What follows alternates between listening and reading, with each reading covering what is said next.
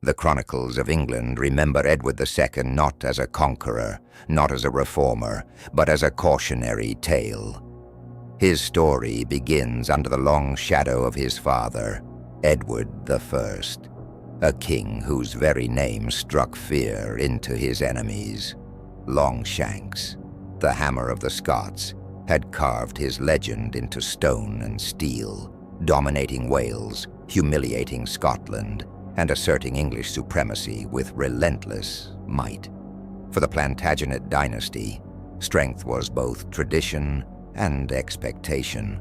But when Edward of Caernarfon was born on April the 25th, 1284, he was not destined to inherit, not at first. He was the fourth son, a child not yet burdened with the crushing weight of a crown. Yet fate is rarely kind. By the time Edward reached adolescence, all his elder brothers were dead, and the throne that should have passed through sturdier hands instead fell to him.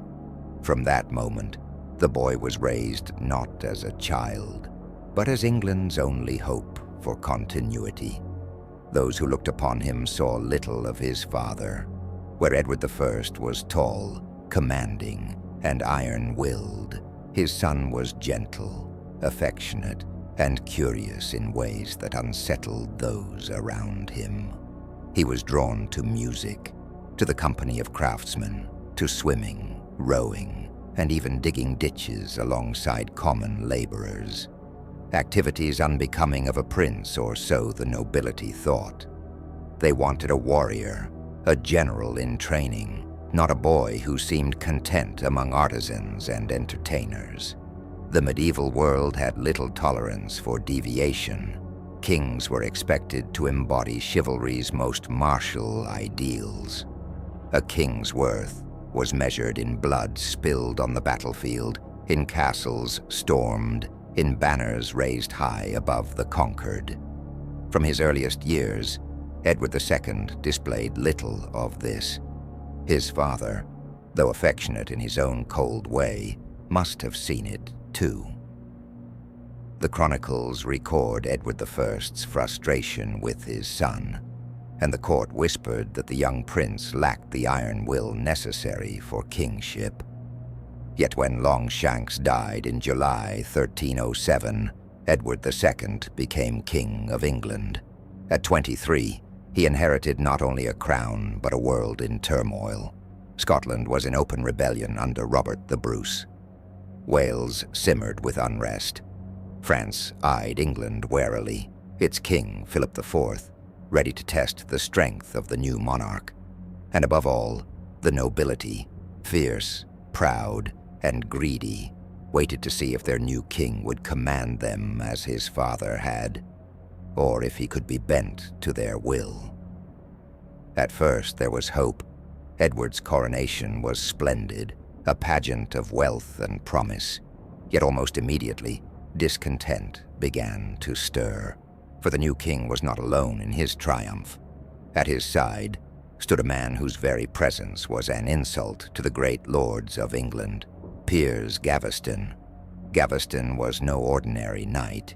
He was Gascon, born of foreign soil, and though charming, witty, and skilled at arms, he was of no great family. Yet Edward loved him, or at the very least loved him more openly than he loved anyone else.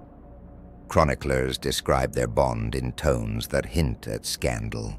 To some, they were inseparable brothers in arms. To others, they were lovers, bound by an intimacy that defied the expectations of the age. What is certain is this: Edward lavished upon Gaveston gifts and titles far beyond his station. He made him Earl of Cornwall, showered him with lands, and placed him in the highest councils of the realm. To the barons, this was intolerable. Power in medieval England was a delicate game, a balance of noble privilege and royal authority. By raising a foreign-born favorite above them, Edward shattered that balance. The resentment boiled quickly into open hostility. The barons saw in Gaveston not just a rival, but a corrupting influence upon the king himself. An evil counselor, some called him, a man who led Edward away from the responsibilities of rule and toward indulgence. Songs and lampoons mocked Gaveston's arrogance and Edward's infatuation. It was said Gaveston gave mocking nicknames to the great lords, taunting them with sharp wit and sharper disdain. And still Edward defended him. Against every demand, against every threat, Edward refused to abandon his friend. His loyalty was absolute, blind even, and in it lay the seeds of his downfall. For in protecting Gaveston, Edward made enemies of nearly every great noble in England. By 1311, the barons had moved to limit the king's power, forcing through the ordinances, laws that sought to strip Edward of his authority and banish Gaveston. Yet Edward would not submit. Within months, Gaveston was recalled. Again and again he was exiled and restored, until at last the lords decided that words were not enough. In 1312, Gaveston was captured by a group of barons led by the Earl of Warwick. Without trial, he was executed, his head severed from his body, and his corpse left unburied. The murder of Gaveston broke something in Edward II. He wept, raged, and swore vengeance on those who had taken his dearest companion. But his grief did not restore his authority. Instead, it deepened the chasm between king and nobility, setting England on a course toward open rebellion and civil strife. Edward II had inherited a crown of iron, forged by his father's will. But in his hands, it seemed brittle, fragile, and dangerously easy to shatter. And as England's enemies gathered beyond its borders, within the court itself, the greatest threat of all was only beginning to take shape: the queen who would one day rise against him. The year was 1314, and England's fortunes hung in the balance. At Bannockburn, just outside Stirling, Edward II led the largest English army ever assembled into Scotland. It was meant to be a decisive strike, a crushing blow that would end Robert the Bruce's rebellion once and for all. His father, Edward I, had brought Scotland to its knees. Edward II intended to finish the work. But the battle did not go as planned. What unfolded was not merely defeat, it was disaster. Bruce's forces, though outnumbered, fought with discipline and cunning. English knights, heavy with armor, found themselves trapped in marshy ground, cut down by Scottish spearmen. Panic spread through the ranks, and Edward himself barely escaped the field, fleeing south while thousands of his men were slaughtered or captured. The defeat at Bannockburn was catastrophic. It was not just the loss of a battle, but the shattering of a king's credibility. Medieval kingship was as much about performance as governance. A king who could not win on the battlefield, who could not inspire fear in his enemies or loyalty in his followers, was no king at all. After Bannockburn, Edward II's authority collapsed. His cousin, Thomas of Lancaster, emerged as the figurehead of opposition. Backed by a coalition of disaffected barons, Lancaster forced Edward into submission, reducing him almost to the role of a figurehead. The king's council, appointments, finances, all fell under baronial control. Edward raged at the indignity, but he was powerless. The crown that had seemed so mighty under his father now lay at the mercy of ambitious nobles. And yet, amidst this storm, there was one person who might have steadied him. Isabella of France entered Edward's life in 1308 as his bride. She was only 12 years old when she married. but she was daughter to one of Europe's most formidable monarchs, Philip IV, called Philip the Fair. Her marriage to Edward had been designed to bind England and France together to secure peace through alliance. At first, Isabella seemed the ideal queen. She was intelligent, pious, and politically astute. In time, she bore Edward 4 children, including the son who would one day become Edward III. In the early years, she supported her husband, even when Gaveston's presence humiliated her. Chroniclers suggest she attempted to intercede on Gaveston's behalf, seeking compromise between king and barons. But Edward's failings as a husband grew harder to bear. After Gaveston's death, the void in Edward's heart was filled not by reconciliation with Isabella, but by new favorites. Most notorious among them was Hugh Despenser the Younger. If Gaveston had been disliked, the Despensers were despised. Hugh the Younger and his father, Hugh the Elder, insinuated themselves into Edward's confidence, manipulating him for their own gain. They acquired vast estates, often by force or fraud, dispossessing noble families and enriching themselves, while England suffered. Where Gaveston had been flamboyant and mocking, the Despensers were ruthless. Their greed was insatiable, their cruelty infamous. The elder Despenser was accused of exploiting his authority over the Welsh marches, while the younger became the king's constant companion, his advisor, his confidant, and perhaps once again, something more intimate. For Isabella, this was humiliation beyond endurance. She was not merely neglected, she was actively undermined. Lands that should have been hers by right were seized by the Despensers. She was treated with open contempt, excluded from her rightful role as queen. At court, whispers grew that Edward preferred his male favorites to the company of his wife, a scandal that cut to the heart of medieval expectations of kingship.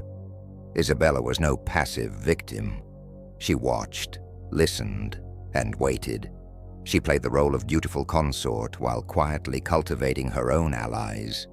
The French court, proud of their princess, grew increasingly outraged at her treatment. Meanwhile, within England, resentment against the Despensers boiled over into open rebellion. By the mid-1320s, Edward and the Despensers ruled like tyrants, crushing opposition with brutal force. Lancaster himself rose in rebellion, only to be captured and executed in 1322. His death shocked the nobility, but it did not end the discontent. England was sliding into tyranny, with Edward blind to the cost. Isabella endured, but her patience was not infinite. In 1325, when Edward sent her to France on a diplomatic mission, she made a choice that would change the course of English history. She refused to return. Instead, she entered openly into an alliance with Roger Mortimer, a powerful baron exiled for his opposition to the Despensers. Mortimer was bold, cunning, and ruthless, the very qualities Edward lacked. Their partnership was more than political. Isabella and Mortimer became lovers, their affair a scandal across Europe, but also a union of necessity. Together they plotted not merely to curb Edward's power, but to destroy him completely. In that moment, Isabella ceased to be a neglected wife. She became a queen of vengeance, determined to reclaim her dignity and her power by overthrowing the man who had humiliated her. In the summer of 1326, storm clouds gathered across the Channel.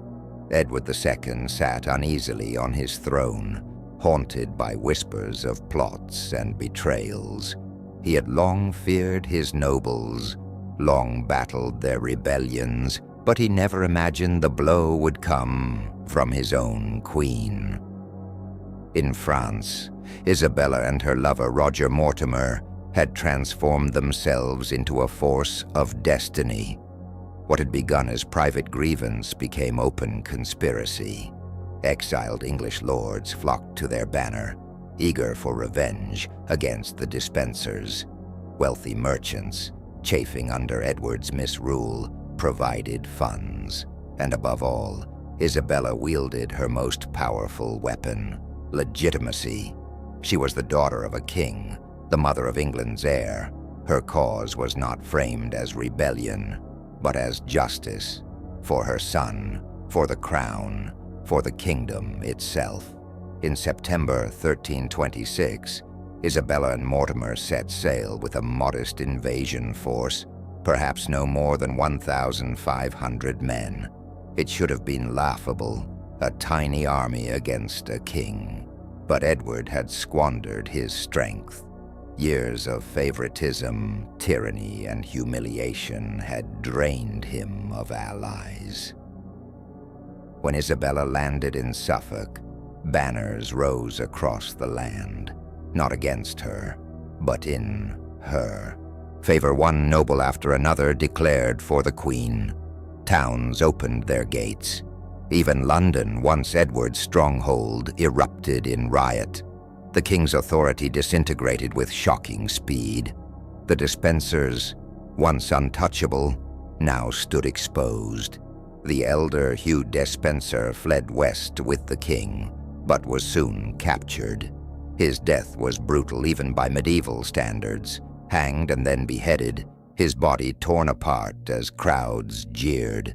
His son, Hugh the Younger, fared worse. Captured alongside Edward, he was paraded before a howling mob, accused of tyranny, treason, and sodomy. The sentence was as savage as it was symbolic. He was dragged to the gallows, hanged until near death, castrated, eviscerated before the watching crowd, and finally quartered. His head was set on London Bridge as a warning. Edward himself, broken and terrified, fled toward Wales, hoping to muster what support remained. But betrayal shadowed his every step. At Neath Abbey, he found sanctuary among monks, only to be abandoned. By November, he was captured near Lantry-Saint, betrayed by his own countrymen. The king who had once worn a crown of gold now sat in chains, shivering in a dank cell, his fate no longer his own. His captors faced an unprecedented problem. No English king had ever been deposed while still alive. Kings were God's anointed, set apart by sacred oil. To remove one was not merely rebellion, it was blasphemy. And yet Isabella and Mortimer knew Edward could not be allowed to return to power. His reign was finished, but his existence was dangerous. In January 1327, a parliament was summoned, not truly free, but carefully stage-managed. Surrounded by Mortimer's supporters, the lords and clergy listened as a litany of charges was read against their king. Incompetence, corruption, favoritism, cowardice. He had failed in Scotland, dishonored the crown, and abandoned his duties. Whether true or exaggerated, the accusations cut deep. The verdict was foregone. Edward was unfit to rule, but the deposition needed the appearance of legality. Envoys were sent to Kenilworth Castle, where Edward languished, demanding that he resign the throne in favor of his young son. Chroniclers tell us Edward wept, dressed in black, pleading that he be allowed to keep even the name of king. But he had no choice. Under pressure, he abdicated. His son, only 14 years old, was proclaimed Edward III. For the first time in English history, a living king had been stripped of his crown. It was a revolution cloaked in law, a coup masked as justice. Isabella and Mortimer now ruled as regents, triumphant. But one problem remained unsolved: the king himself. Edward's existence was intolerable. He was still an anointed monarch, still a potential rallying point. As long as he lived, rebellion could gather in his name. Yet killing a king outright risked scandal, rebellion, and eternal damnation. His enemies needed another solution, something quieter, something hidden, something that would remove Edward II not just from the throne, but from life itself. Berkeley Castle rises from the green hills of Gloucestershire, its thick stone walls gazing down over the River Severn.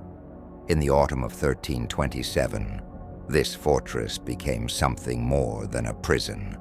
It became the stage for one of England's darkest legends. Edward II arrived there as a shadow of himself, stripped of his crown, abandoned by his allies, mocked by his enemies.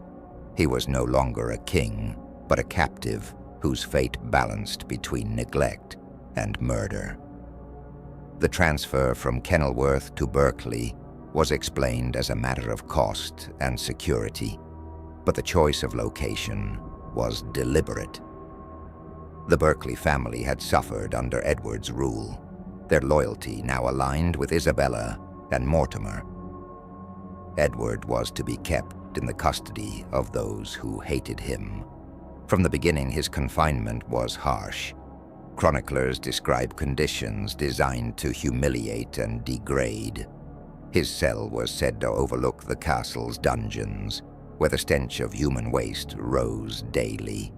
His bedding was poor, his food meager and irregular.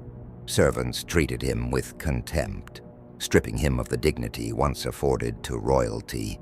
The degradation was not accidental, it was strategy. To the new regime, Edward was not just a political threat, but a symbol. His enemies wanted him not simply contained, but broken.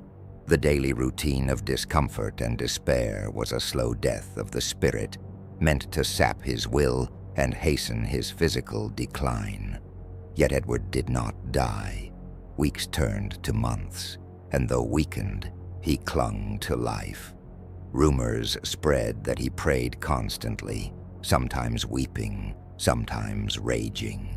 One story tells of him carving marks into the walls, counting the days of his captivity. Others claim he was deliberately kept half-starved, his gaunt form a pitiful echo of the man who had once worn a crown. Outside the castle walls, unrest simmered. Word of Edward's survival unsettled Isabella and Mortimer. His allies, though scattered, had not been silenced. In France and the Holy Roman Empire, whispers of outrage circulated. The Pope himself sent letters expressing concern for the welfare of God's anointed. Even in England, where Isabella and Mortimer ruled with iron hands, there were mutterings that perhaps the deposition had gone too far. Plots brewed. Rumors swirled of attempts to rescue the king, of secret networks conspiring to free him from Berkeley. Whether these rumors had substance or were merely imagined threats, they placed pressure on Isabella and Mortimer. The longer Edward lived, the greater the danger. The couple faced a brutal truth. Their revolution was incomplete as long as Edward breathed. He was a deposed king, yes, but still a king. His very existence undermined their authority. To Isabella and Mortimer, the logic was clear. Edward must die, but how? The killing of a king was no ordinary matter. To slay an anointed monarch was sacrilege, a crime that could damn a soul for eternity. Moreover, it risked rebellion. If Edward was murdered openly, he could become a martyr, his death a rallying cry for opposition. What was needed was subtlety, a death that appeared natural, a passing explained by grief, illness, or the cruelty of imprisonment. Berkeley Castle became the crucible of this terrible dilemma. Chroniclers hint that multiple attempts were made on Edward's life, disguised as accidents or the effects of neglect. Some accounts speak of him being left in damp, filthy conditions deliberately intended to make him sick. Others describe servants tainting his food or cutting his rations. Yet Edward lingered. His survival was itself a problem, forcing his captors to consider darker methods. By the summer of 1327, the pressure was unbearable. Foreign rulers demanded news of Edward's health. The Pope continued to write. Disaffected English nobles whispered of restoring him. Mortimer and Isabella, who had risen on the promise of stability, now found themselves cornered by the very man they had dethroned. And so, a decision was made. Edward could not be allowed to live out his days in captivity. His body, frail though it was, still carried the dangerous weight of kingship. He had to be removed, not merely as a man, but as a memory. The plan that formed within Berkeley's walls would become one of the most infamous stories of medieval Europe. A killing shrouded in secrecy, designed to leave no mark upon the flesh. And yet a method so cruel, so symbolic, that it echoed through the centuries. On the night of September 21st, 1327, the former King of England lay in his chamber at Berkeley Castle. The details of what happened there remain cloaked in mystery, but the chronicles of the time record one certainty. By dawn, Edward of Caernarfon was dead. The official account, issued swiftly to London, was simple. Edward II had died of grief, despair, and the effects of imprisonment. His health, weakened by months of confinement in foul conditions, had finally failed him. To his captors, this was the explanation that mattered. A natural death, tragic but plausible, that absolved Isabella and Mortimer of blame. But rumors began almost immediately. Some chroniclers wrote only in vague terms that Edward had died by the hands of others, without naming how. Others were more direct. They spoke of a killing so brutal, so cruelly symbolic, that it seared itself into legend. Edward II, whom he'd murdered by a red-hot iron rod, inserted through his rectum, burning his organs from within and leaving no outward mark. It was an execution as horrifying as it was theatrical. Unlike stabbing or strangulation, the method left little visible evidence. To those who prepared the corpse, Edward would appear intact, yet within he would have suffered agony beyond imagination. Why such a method? In the medieval world, punishments were rarely arbitrary. They were crafted to reflect the crime. Edward's reign had been tainted by scandalous intimacy with his male favorites, Piers Gaveston, Hugh Despenser, and others. Whether or not these were true romantic relationships, the perception was enough. To his enemies, Edward's sexuality symbolized weakness, corruption, and perversion of kingship. His death, they believed, should reflect the sins for which he had been despised. And so, if the chroniclers are to be believed, the murder was not just execution, but judgment. It was meant as a message to all who might transgress against the rigid expectations of medieval masculinity and royal dignity. The very manner of his death became a weapon, wielded against his memory. But how much of this tale is truth, and how much is propaganda? The evidence is contradictory. Some accounts, written closer to the time, mention no torture, only natural causes. The most lurid versions appear in chronicles written decades later, when Edward III had overthrown Mortimer and confined his mother. By then, it served the young king's interests to blacken their names, to portray Mortimer and Isabella as monsters who had not only usurped the throne, but murdered his father in unspeakable fashion. Yet there are reasons to believe something sinister did occur at Berkeley Castle. Edward's body was quickly embalmed, a process that destroyed much internal evidence. His funeral was arranged with remarkable speed. His corpse displayed publicly to demonstrate there were no visible wounds, and those directly involved in his custody, the guards, servants, and officials, began to die in suspicious circumstances in the months that followed, silenced before they could speak. The funeral itself was political theater. Edward's body was carried with ceremony to Gloucester Abbey, now Gloucester Cathedral, where he was buried in a grand tomb that survives to this day. The monument proclaimed him a king who had died with dignity. To the public, it was meant to reinforce the official narrative. Edward II had passed naturally, his dignity intact, and his son's rule now secure. But whispers could not be silenced. In taverns, monasteries, and noble halls, people spoke of screams heard in the night at Berkeley, of guards holding the king down, of iron heated to a murderous glow.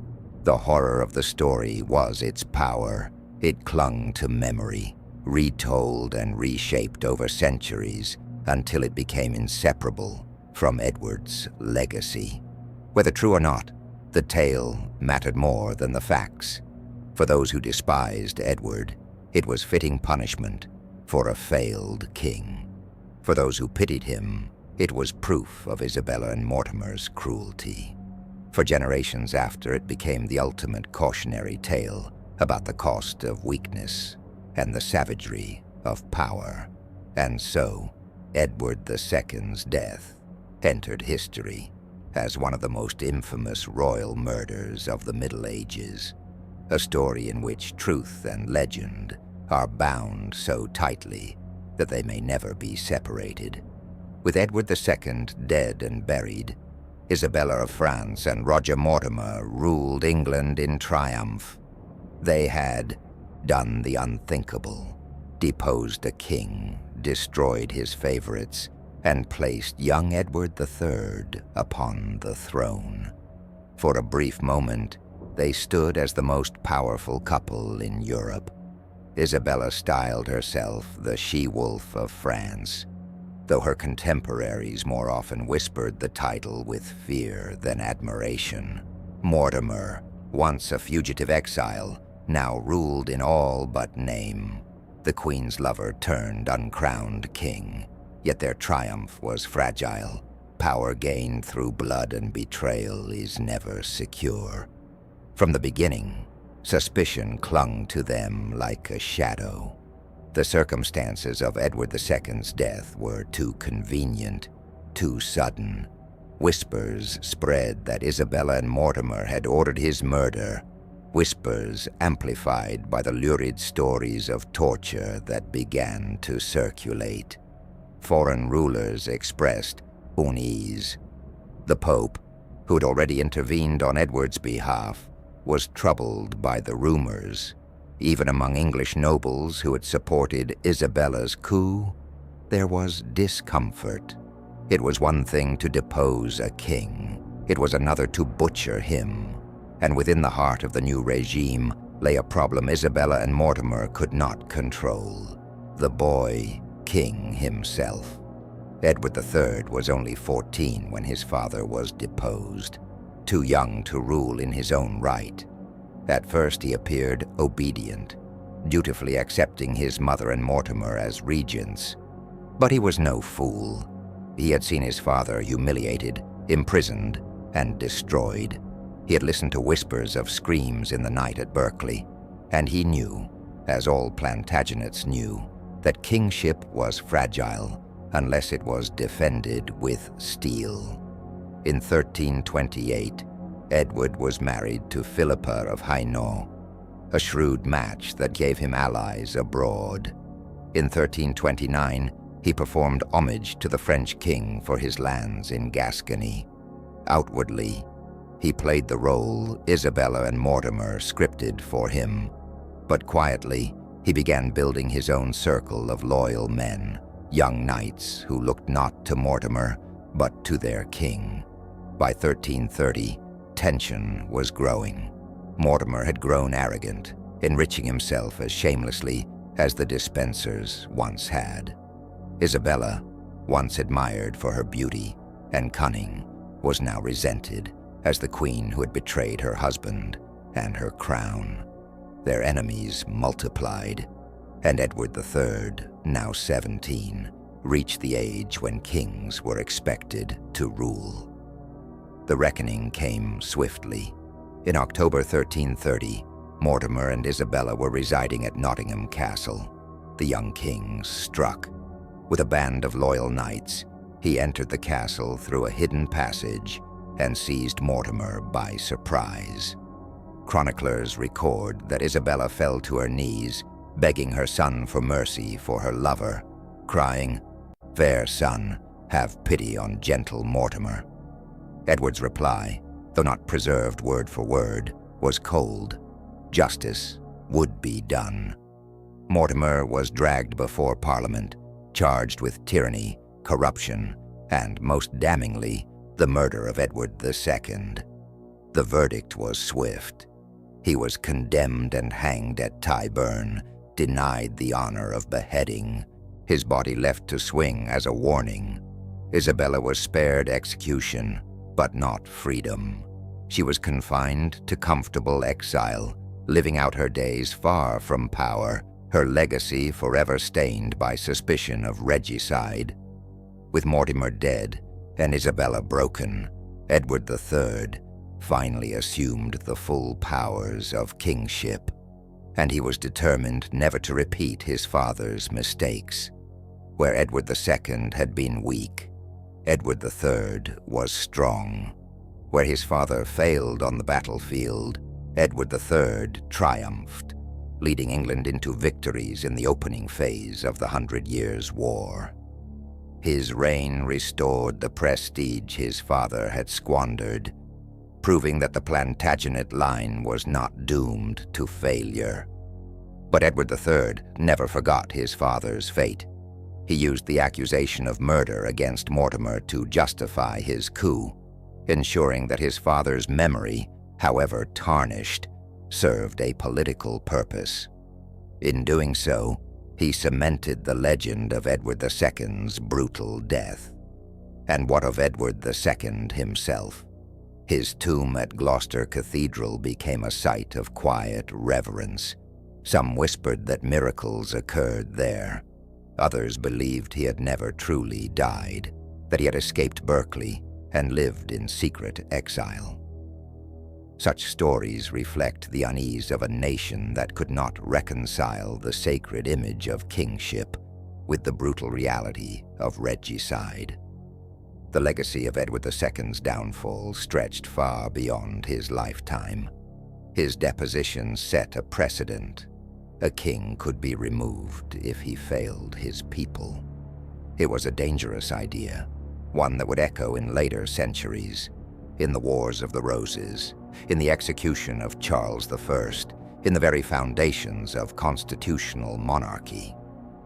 The shadow of Edward II's fall made clear that royal power was not invincible. His death, whether by natural causes, quiet suffocation, or the fiery horror of the red-hot poker, became legend. To some, it was proof of divine judgment on a weak and scandalous king. To others, it was the ultimate crime of a ruthless queen and her lover. To all, it was a story that could not be forgotten. Nearly 700 years later, Edward II remains one of history's great enigmas. Was he truly murdered in such grotesque fashion? Or was the story a carefully crafted piece of propaganda? We may never know, but perhaps the truth matters less than the tale. For in the end, Edward II's legacy is not written in victories or laws, but in a single haunting question: how far will power go to destroy those who fail it?